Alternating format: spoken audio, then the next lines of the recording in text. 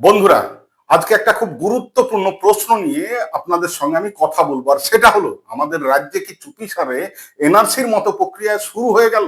আর যদি হয়ে থাকে তাহলে সেই কাজটা কি আরএসএস কে খুশি করার জন্যই করছে আরএসএস এর দুর্গা, মানে আমাদের রাজ্যের মাননীয় মুখ্যমন্ত্রী মমতা ব্যানার্জি? কারণ গতকাল থেকে আমার কাছে একের পর এক ফোন এসেছে, মালদা থেকে ফোন এসছে, লালগোলা থেকে এসছে, ভগবানগোলা, বসিরহাট, বিভিন্ন জায়গা থেকে এসছে। সবার অভিযোগ প্রায় একই, যাদের নাম এখন ভোটার তালিকায় বিচারাধীন অবস্থায় আছে তাদের নামে নাকি জমি রেজিস্ট্রি করা হচ্ছে না। রেজিস্ট্রি অফিসে গিয়ে মানুষ জানতে পারছে রেজিস্ট্রার কর্মীরা নাকি অনলাইনে ভোটার লিস্ট চেক করছে, আর সেখানে যদি কারোর নামে বিচারাধীন দেখায় তাহলে তার নামে আর জমি রেজিস্ট্রি হচ্ছে না, জমি রেজিস্ট্রি বন্ধ করে দেওয়া হচ্ছে। এখন প্রশ্নটা খুব পরিষ্কার, রেজিস্ট্রি দপ্তর কার অধীনে? এটা তো কেন্দ্র সরকারের অধীনে নয়, এটা তো রাজ্য সরকারের দপ্তর। তাহলে একদিকে আমরা দেখছি মমতা ব্যানার্জি রাস্তায় নেমে এসআইআর নিয়ে অবস্থান বিক্ষোভ করছেন, কেন্দ্রকে দোষ দিচ্ছেন, ইলেকশন কমিশনকে দোষারোপ করছেন, আবার অন্যদিকে তার নিজের দপ্তরেই মানুষের জমির রেজিস্ট্রি বন্ধ করে দিচ্ছে ভোটার তালিকায় বিচারাধীনের অজুহাত দিয়ে। তাহলে তো মানুষ প্রশ্ন করবেই, এটা কি তাহলে দ্বিচারিতা নয়? একদিকে প্রতিবাদের নাটক, আর অন্যদিকে প্রশাসনকে দিয়ে একই কাজ করানো। এটা কি মানুষকে ধোকা দেওয়া নয়?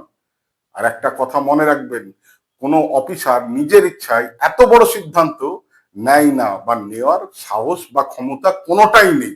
উপর থেকে নির্দেশ না এলে কোনো দপ্তর এই ধরনের নিয়ম চালু করতে পারে না। তাই মানুষ আজ প্রশ্ন করছে, রাজ্য সরকার কি তাহলে চুপিসারে এনআরসির পথেই হাঁটছে? কারণ ভোটার তালিকাকে অজুহাত করে মানুষের নাগরিক অধিকার, মানুষের সম্পত্তির অধিকার এভাবে বন্ধ করে দেওয়া গণতান্ত্রিক দেশে খুবই ভয়ঙ্কর একটা ইঙ্গিত। আর এখানে একটা পার্থক্য পরিষ্কার হয়ে যাচ্ছে, কে সত্যি মানুষের পাশে দাঁড়িয়ে এসআইআর নিয়ে আন্দোলন করছে, আর কে শুধু লোক দেখানোর জন্য রাজনীতি করছে।